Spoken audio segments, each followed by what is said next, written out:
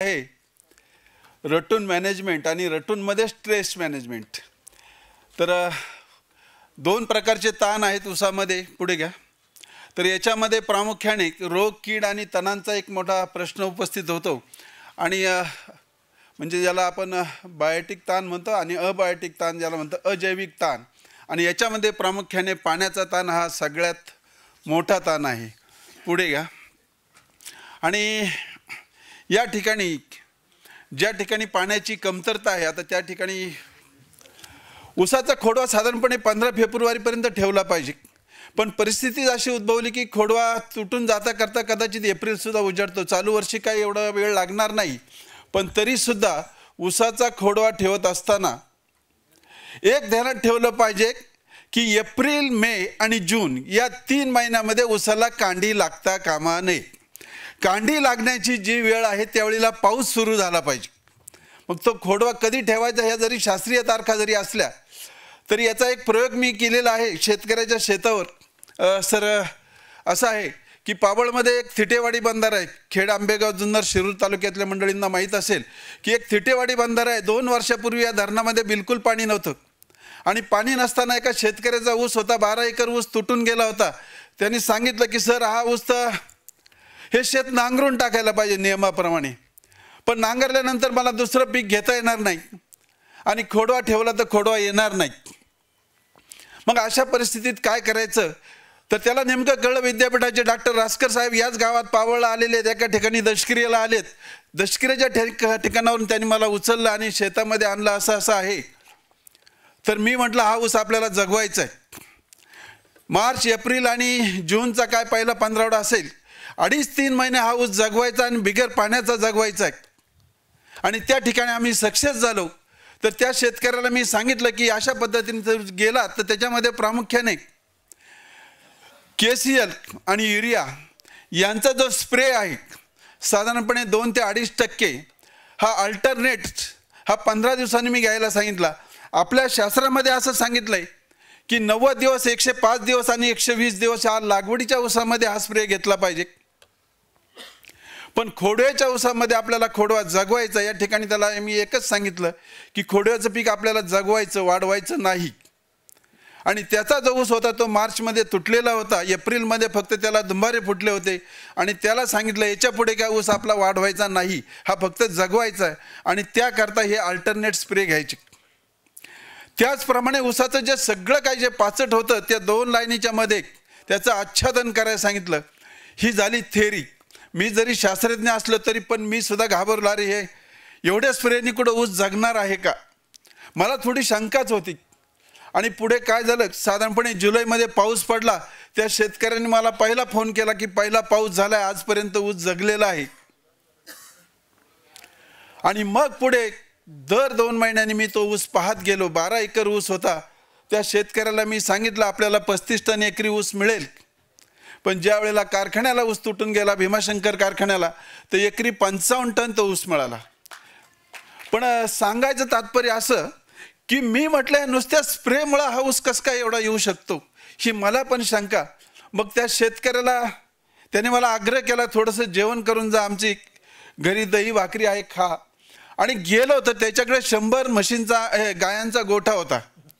आणि पहिल्या पिकाला त्याला संपूर्णपणे त्यांनी सेंद्रिय खतं दिली होती.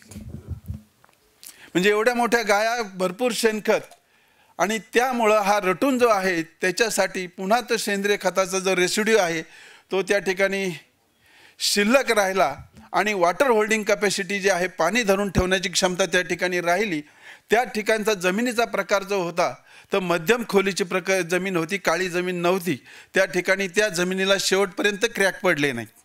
अशा प्रकारे आपण जे प्रामुख्याने जे म्हणतो स्ट्रेस मॅनेजमेंट, तर खरं वास्तविक हीच खरी ऊसामध्ये स्ट्रेस मॅनेजमेंट आहे. खोडव्याचं पीक चालू वर्षीसुद्धा अशीच परिस्थिती आहे. 2 वर्षापूर्वी जरी पाऊस झाला तरी काही भागामध्ये पाऊस नव्हता, पाणी नव्हतं. आणि अशा ठिकाणी ऊस जगवणं हे फार कठीण काम होतं. आणि अशा परिस्थितीमध्ये ऊसाचं पीक या ठिकाणी शेतकरी घेऊ शकला. आणि हा जो प्रयोग आहे साधारणपणे 12 एकरामधला प्रयोग आहे. याची शाश्वती मला सुद्धा नव्हती, पण ते शक्य झालं. पुढे घ्या. आता ऊसाच्या मध्ये प्रामुख्याने ज्या अवस्था आहेत या ठिकाणी तिसरी जी अवस्था आहे साधारणपणे 120 ते 270 दिवस म्हणजे 4 महिन्याचं पीक असताना, म्हणून मी तुम्हाला सांगितलं ऊसाचं पीक किंवा खोडव्याचं पीक 15 जूनच्या पुढे त्याला 4 महिने झाले पाहिजेत. म्हणजे 120 दिवसाचा जो कालावधी आहे, मुख्य पाण्याची जी गरज आहे त्याची ती पावसाळा सुरू होताना भागली पाहिजे. तरच तो खोडवा, जर पाणीच नसेल, पाण्याचा ताण असेल, पाण्याची कमतरता असेल, तर अशा परिस्थितीत खोडवा हा साधारणपणे कांडी लागण्यासाठी जून जुलैमध्ये गेला पाहिजे. आणि तीच या ठिकाणी महत्त्वाची अवस्था आहे. पुढे घ्या, पुढे घ्या. आता ऊसामध्ये पाणी कमतरतेमुळे खोडकिडीचा प्रादुर्भाव, ऊसामध्ये अनेक प्रकारच्या किडी आहेत, शेंडे किडे, कांडे किडे, अगदी मुळाला लागणारी कीड आहे. पण ऊसामध्ये सगळ्यात महत्त्वाची कीड आहे खोडकीड, ऊसाचा खोडव्यामध्ये. आणि या खोडकिडीचाच बंदोबस्त करणं प्रामुख्याने गरजेचं आहे. सुरुवातीलाच आपल्याला ट्रायकोकार्डचा सल्ला दिलेला आहे.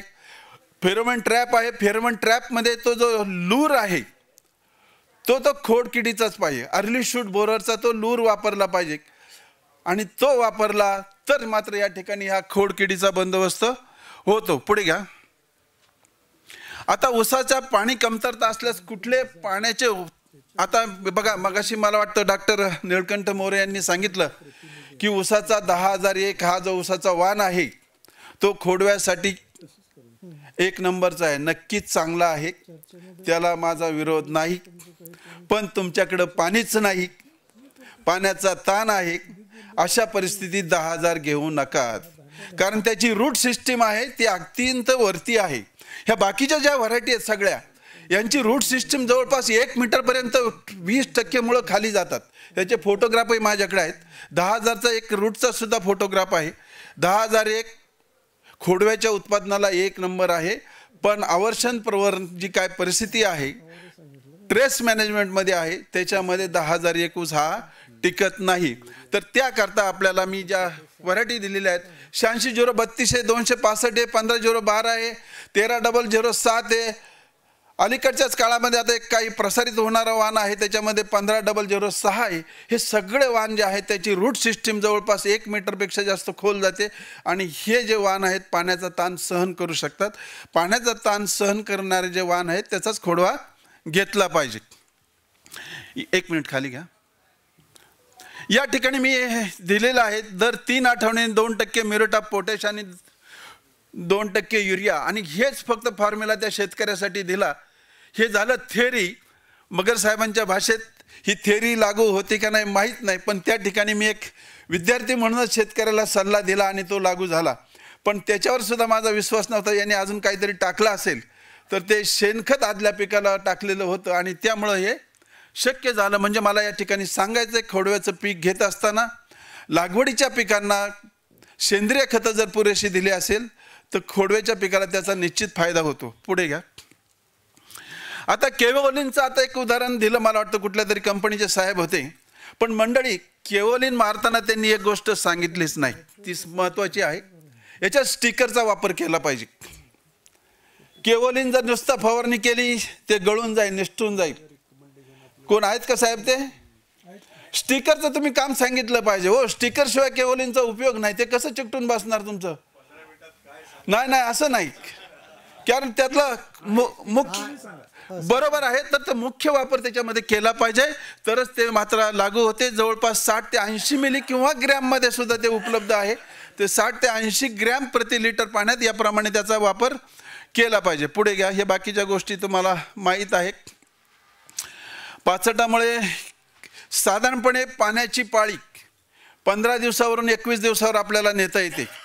पण शेतकऱ्याचं उदाहरण मी तुम्हाला सांगितलं, 2.5 महिन्यापर्यंत सुद्धा पाण्याचा ताण हे पीक सहन करू शकतं. पण मला चालू वर्षी सांगायचं आहे, शेवटचं पाण्याचं रोटेशन कॅनलचं जर तुमचं फेब्रुवारीमध्ये जाणार असेल, मार्चमध्ये जाणार असेल, ते पाणी जाण्यापूर्वी पाचट टाकून घ्या, पाणी द्या आणि पुढे 2 महिने त्याच पाण्यावर ऊसाचं पीक आपण जगवलं पाहिजे. हे शिकलं पाहिजे त्या ठिकाणी. पुढे घ्या. साधारणपणे ऊसाचं पाचट टाकलं तर जवळपास निम्म पाणी त्या ठिकाणी वाचते. खोडव्यामध्ये सुद्धा हा फरक आपल्याला दिसून येईल. दुसरी गोष्ट अशी आहे की जवळपास 70% ओलावा उडून जाते. एकंदरीतच ऊसाचं पाचट त्याचे तुकडे करायचे का मशीनच्या सहाय्याने वापरायचे का तसंच ठेवायचं. आत्तापर्यंत आता पाडेगावचे अनेक शास्त्रज्ञ होऊन गेले, तेच लेख तेच सगळं, त्याच्यामध्ये सगळ्यांनी टाकलं की पाचटाचे तुकडे करू नये, पाचट तसेच ठेवावे. आता ज्या वेळेला मी हा लेख लिहिला त्या वेळेला शेतकऱ्यांच्या रिएक्शन आल्या, अरे तुम्ही असं कसं काय म्हणता, पाचटाचे तुकडेच करायचे नाही. पाचटाचे तुकडे याकरता करायचे नाही, त्याचं आच्छादन हे पुढचे 4 महिने टिकलं पाहिजे. पण मी पाहिलं तुकडे केलेला ऊस सुद्धा 4 महिने आच्छादन टिकते. त्यामुळं मशीनच्या साह्याने जरी पाचटाचं आच्छादन केलं तरी ते चालू शकतं. आता ऊसामध्ये जैविक ताण आहेत. आता जैविक ताणमध्ये प्रामुख्याने ऊस पिवळा पडतो तुटल्यानंतर, आणि त्याकरता ट्रायकोडर्मा व्हिरिडी नक्कीच महात्मा फुले कृषी विद्यापीठाचं एक प्रॉडक्ट आहे. यापूर्वी आपण सांगत होतो कार्बेडेंजिम वापरा, मँकोजेब वापरा. ट्रायकोडर्मा व्हिरिडी जरी वापरलं तर या बुरशीजन्य रोगांचा आपण निश्चित बंदोबस्त करू शकतो. आता जमदग्नी साहेबांनी बरंचसं काही बोलले, पण हे सगळं जून जुलैमध्ये पावसाळा सुरू झाल्यानंतर हे प्रॉडक्ट जर वापरले, काय होतं, आवर्षण प्रवण आहे विभाग, पाण्याचा ताण आहे, स्टोमॅटो क्लोज आहे, तुमचं फोटोसिंथेसिस कमी झालेलं आहे. त्यांनी सांगितलेली सगळी संजीवकं त्या ऊसामध्ये आहेत मूळची, आणि ती संजीवकं कमी पडतात. ज्या वेळेला हा ताण पडतो त्यावेळेला ही संजीवकं कमी पडतात. ही संजीवकाची आपल्याला भरपाई पुन्हा पावसाळा सुरू झाल्यावर केली पाहिजे, म्हणजे पुढे तो ऊस वाढीला लागतो. पुढे घ्या. आता ऊसामध्ये प्रामुख्याने खोडकीड आणि शेंडेकीड, फक्त खोडवा किडाला या 2च गोष्टीचा प्रश्न आहे, आणि त्याच्याकरता जी उपाययोजना करायची आहे खोडकिडी करता प्रामुख्याने आपल्याला फिप्रोनिल सगळ्यात सोपं आहे. फिप्रोनिलचा जर वापर केला, साधारणपणे एकराला 10 किलो फिप्रोनिलचा वापर जर केला तर खोडकिडीचा चांगल्या प्रकारे बंदोबस्त त्या ठिकाणी होऊ शकतो. थोडीशी स्लाइड वरती घ्या, अजून वरती घ्या. शेवटची कीड आहे वाळवी. आता ह्या बऱ्याचशा किडी आहेत, पण खोडव्याला ज्या त्रासदायक आहे ती एक वाळवी.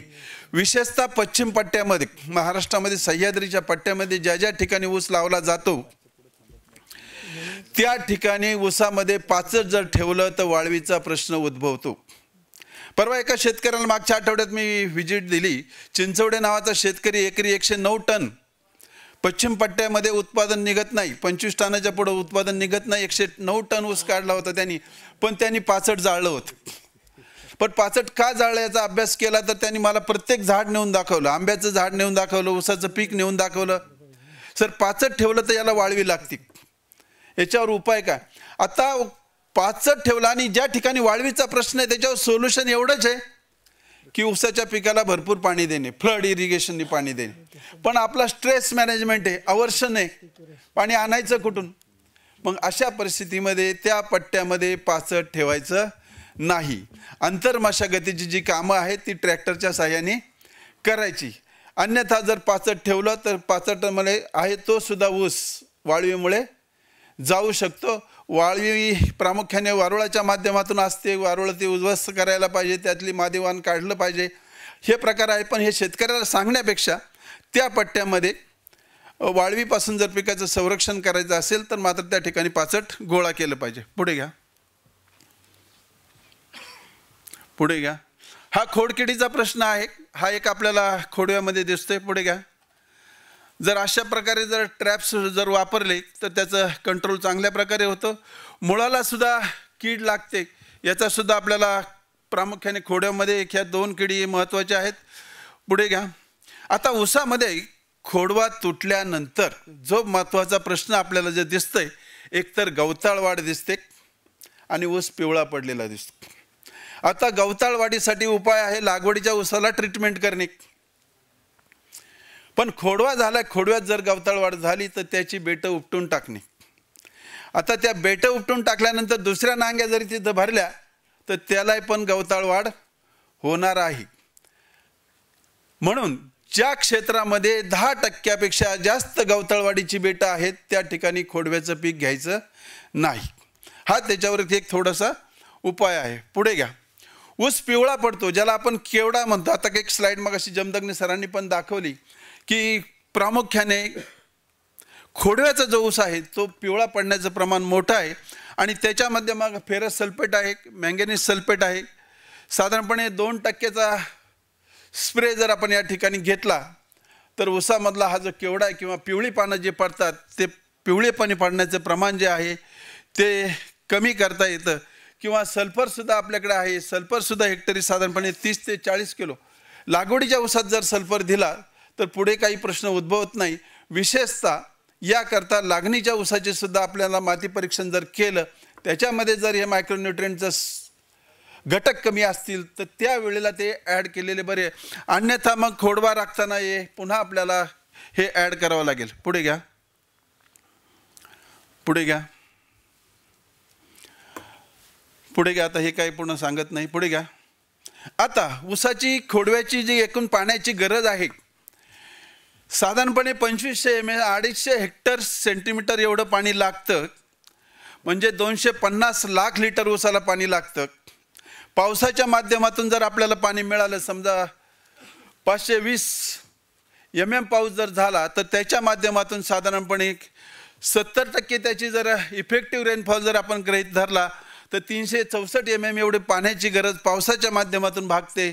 उरलेलं जे नेट पाणी जे आहे ते 2136 mm एवढं आहे. पण त्याच ठिकाणी ऊसाला जर ड्रीप वापरलं तर 50% आपण त्या ठिकाणी पाण्याची बचत करतो. हे मुद्दाम मगर साहेब आल्यानंतर ही एक स्लाईड मी ॲड केली की ऊसाला प्रामुख्याने खोडव्यासाठी हे ड्रीप इरिगेशन देणं महत्त्वाचं आहे. पुढे घ्या. अलीकडच्या काळात हे मल्चर निघालेले आहेत. याच्या साहाय्याने ऊसाचा ज्या ट्रॅश आहे त्याचा चॉपिंग केलं पाहिजे आणि मग हे 2 लाईनीच्या मध्ये टाकलं पाहिजे. फक्त बुडकं मात्र मोकळी पाहिजेत. तर अशा प्रकारे चॉपिंग करणं हे महत्त्वाचं आहे. पुढे घ्या, पुढे घ्या. अजून हा एक खाली घ्या मशीन घ्या, स्टबल शेवर म्हणतात. याच्या साहाय्याने खोडव्याच्या मध्ये आपण सांगत होतो की कोयत्यानी तळापासून छाटा. हे मशीन आलेलं आहे. खाली त्याला ब्लेड आहेत. बुडके खटाखट त्याचे अगदी जमिनीच्या लगत छाटले जातात. आत्ता जमदग्नी साहेबांनी स्लाईड दाखवली की खोडव्याचा कोंब पार खाल्लं येतोय. त्यामुळे ही वरती असलेली ऊसाची सगळी बेटं छाटली तरी चालू शकतात. हे साईडला 1 मिनिट थांबा, तो फोटो बघू द्या. हे जे यंत्र आहे याला साईडला पाहिलं का थोडेसे नांगर टाईप आहेत, बगला फोडतंय. त्याच्या मागेच लगेच एक पाईपलाईनची नळी आहे, प्लॅस्टिकची नळी. याच्यामधून खतं सोडली जातात. अशा प्रकारे आपली जी विद्यापीठाची टेक्नॉलॉजी होती, पहार घ्या, खड्डे काढा, खड्ड्यात खतं सोडा, 10 सेंटीमीटर इकडं 10 सेंटीमीटर खोल, तर हे सगळं टाळण्यासाठी हे यांत्रिकीकरण झालेलं आहे. कारखान्याच्या लोकांनी प्रामुख्याने या यंत्राचा वापर केला पाहिजे. शेतकऱ्यांना हे यंत्र जे आहे हे भाड्याने किंवा फुकट कसं का होईना हे उपलब्ध करून दिलं पाहिजे, जेणेकरून शेतकरी ही खोडव्याची टेक्नॉलॉजी वापरू शकतात. पुढे घ्या. तर मला वाटतं स्लाईड संपल्या असतील. तर कमी वेळामध्ये आणि एक स्लाईड आहे अजून थोडीशी घेऊया. मॅडम थोडी स्लाईड पुढे घ्या. हे पहा, 2008, 2009 आणि 2010 या 3 वर्ष पाडेगावला ऊसाचं पाचट ठेवून आणि ऊसाचं पाचट न ठेवता त्याची उगवण क्षमता सुद्धा पाहिली होती खोडव्याची. तर त्या ठिकाणी आपण जर पाहिलं तर साधारणपणे 10% उगवणीमध्ये फरक पडलेला आहे. ज्या ज्या ठिकाणी पाचट ठेवलेले आहे, बुडकं छाटलेली आहेत, सगळं आपल्या शिफारशीप्रमाणे काम केलेले त्या ठिकाणी 10% जर्मिनेशन म्हणजे उगवण झालेलं आहे. त्याचं हेक्टरी उत्पादनसुद्धा जर आपण पाहिलं तर जवळपास प्रत्येक वर्ष जर पाहिलं आपण तर काही वर्षी 25% वाढ आहे. मला वाटतं 13%, 26% आणि 45%. म्हणजे जसा खोडवा घेतला त्याचा पहिला खोडवा, दुसरा खोडवा आणि तिसरा खोडवा हे सगळं जरी घेतलं तर याच्यातून आपल्याला एक सिद्ध होते की खोडव्याची मॅनेजमेंट जर चांगली केली तर ऊसाचं उत्पादन हे चांगलं मिळते, उगवण चांगली होती. धन्यवाद.